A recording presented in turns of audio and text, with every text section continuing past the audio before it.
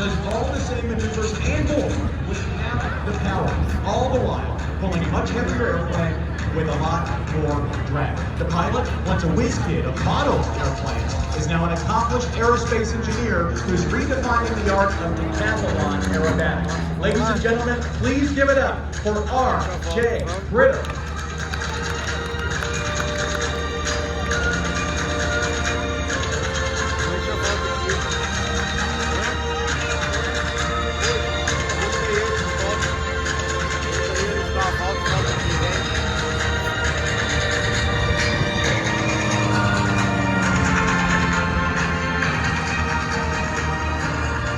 The airplane that RJ's flying is hardly an aerobatic hot rod. The decathlon traces its roots back to the 80-year-old Olympic champ. But when it lacks in performance, RJ makes up for with muscle, athleticism, and a whole lot of love. There is no hide your mistakes.